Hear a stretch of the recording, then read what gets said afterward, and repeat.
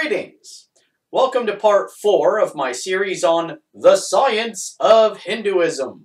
So when we left off, we were just starting to get onto the subject of the soul, and I confidently stated that souls aren't real.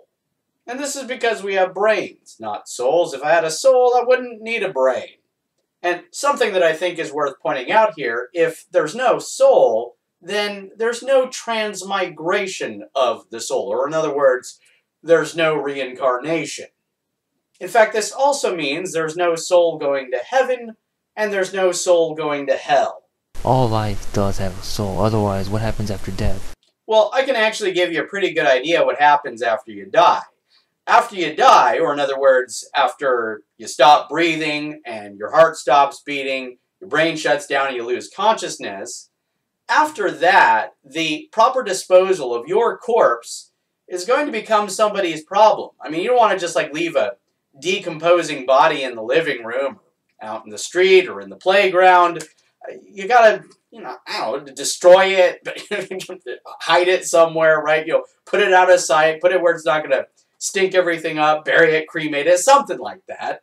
I would request that my body, in death, be buried, not cremated, so that the energy content contained within it gets returned to the earth so that flora and fauna can dine upon it, just as I have dined upon flora and fauna throughout my life. Can you reanimate life in a lab? No. Well, actually, we're getting so good at reanimating life that we keep redefining like what even qualifies as dead. I mean, it used to be that if a person stopped breathing, they were considered to be dead. But then we developed methods to get a person breathing again, thus saving their life. So after that, we went off of heart death. If a person's heart stopped beating, they were considered to be dead.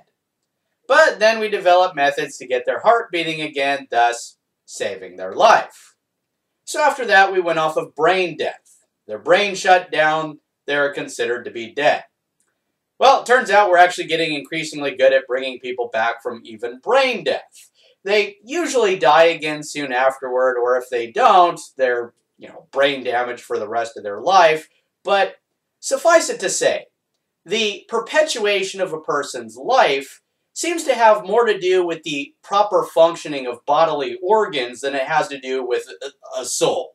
Now let's get to the neurology, and one group of patients we have studied is split brain patients or commissurotomy patients. These are people whose corpus callosum has been cut, and anterior commissure and massa intermedia whenever encountered.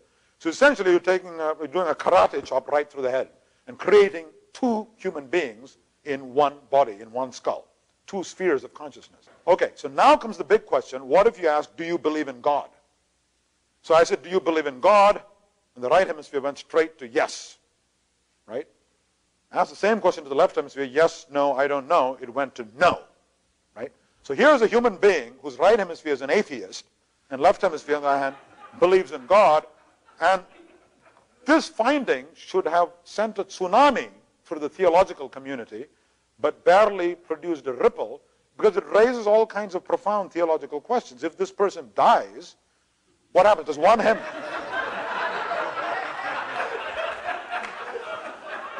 Does one hemisphere go to heaven and the other go to hell? I don't know the answer to that. Now, of relevance to the concept of the soul is, of course, the concept of karma. Because, of course, the idea in Hinduism is that a person's karma carries over from one life into the next one. So, supposedly, if you do good things, then good things will happen to you. If you do bad things, then bad things will happen to you. And of course, the conception of good and bad here has to do with what is morally good or immoral, morally wrong. So karma seems to be tied to the belief in a universal moral code. And of course, the problem with that is that morality is evidently a relative thing, not a universal thing.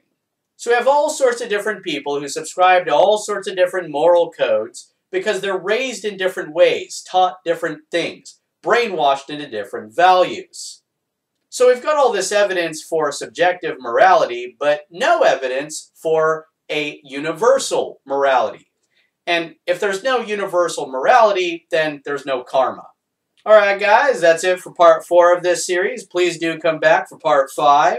I hope you all enjoyed this video. If you did, please give it a thumbs up and share it with other people. If you're interested in watching my future videos, please subscribe to this channel if you haven't already. And I'll see you all in the next one. So have a good one, guys, and peace.